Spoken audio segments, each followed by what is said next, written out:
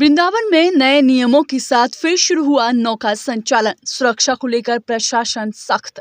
धार्मिक नगरी वृंदावन में यमुना नदी पर नाव संचालन को लेकर प्रशासन ने नई व्यवस्था लागू कर दी है। हाल ही में हुए हादसे के बाद एहतियात के तौर पर नौका संचालन पर रोक लगा दी गई थी।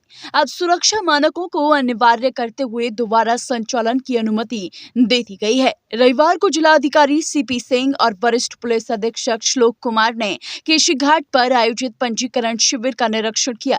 इस दौरान पात्र नाविकों को निर्धारित प्रक्रिया के तहत लाइसेंस वितरित किए गए। जिलाधिकारी ने बताया कि श्रद्धालुओं की सुरक्षा सर्वोच्च प्राथमिकता है। उन्होंने स्पष्ट किया कि निर्धारित मानकों का पालन न करने पर नियमानुसार कार्रवाई की जाएगी।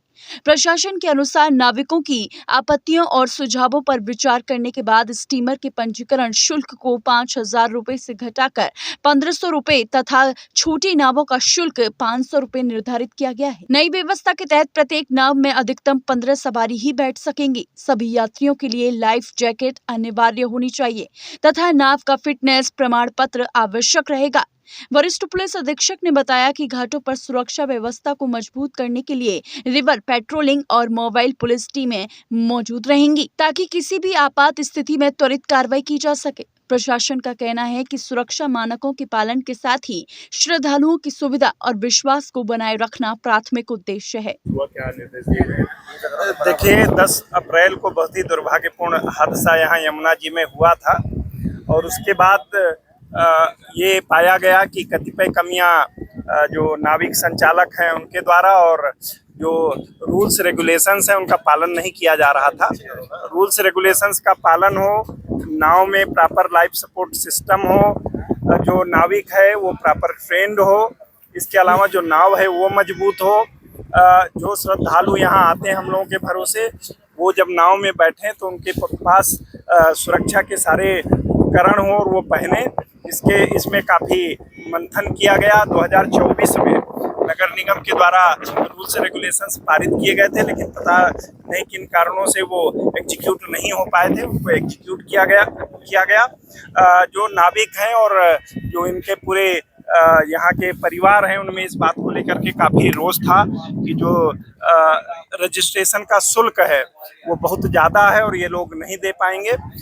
इनकी बात सरकार ने मान ली और उसको रिड्यूस करके 1,500 रुपये कर दिया और जो छोटी नाव है उसका 500 रुपये कर दिया। अब ये लोग संतुष्ट हैं।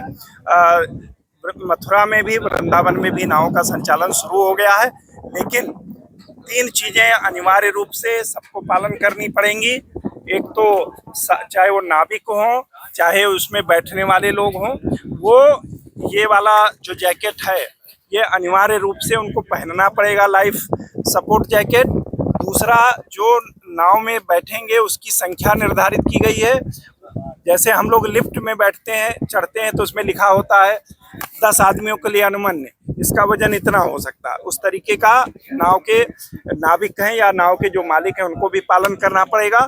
तीसरा, जो नाव का फिटनेस है उसको भी आप चेक करके इनको सर्टिफिकेट और इनका रजिस्ट्रेशन किया जा रहा है, लेकिन हर समय पर उसका जो निर्धारित प्रक्रिया है उससे इनको गुजरना पड़ेगा। बाकी ये सब हमारे परिवार के हैं, इससे इनकी रोजी रोटी जुड़ी हुई है और सरकार इनके साथ पूरी तरीके से खड़ी हुई है, इनके सपोर्ट में है।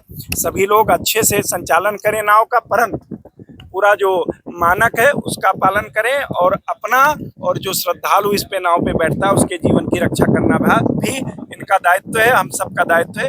इसीलिए अब ये फिर से जो रुकी हुई लगभग करीब 15 दिनों से रुकी हुई प्रक्रिया थी, ये लोग इनकी भ्रांतियाँ थी, उनकी भ्रांतियाँ भी दूर कर दी गई हैं और इनका नाव का संचालन शुरू हो गया है। देखिए, नगर निगम द्वारा यहाँ जितने भी नाव हैं उनका रजिस्ट्रेशन किया जा रहा है और मानकों के अनुरूप ही ये व्यवस्था चले, इसके लिए सभी को निर्देशित किया गया है। साथ ही साथ नियमित रिवर पेट्रोलिंग भी कराई जाएगी और घाटों पे हम लोगों के मोबाइल पार्टीज भी उपलब्ध रहेंगी। और हम लोगों ने रिक्वेजिशन किया है कि जल पुलिस भी यहाँ पे व्यवस्थापित हो और जिसको शीघ्र ही करा लिया जाएगा।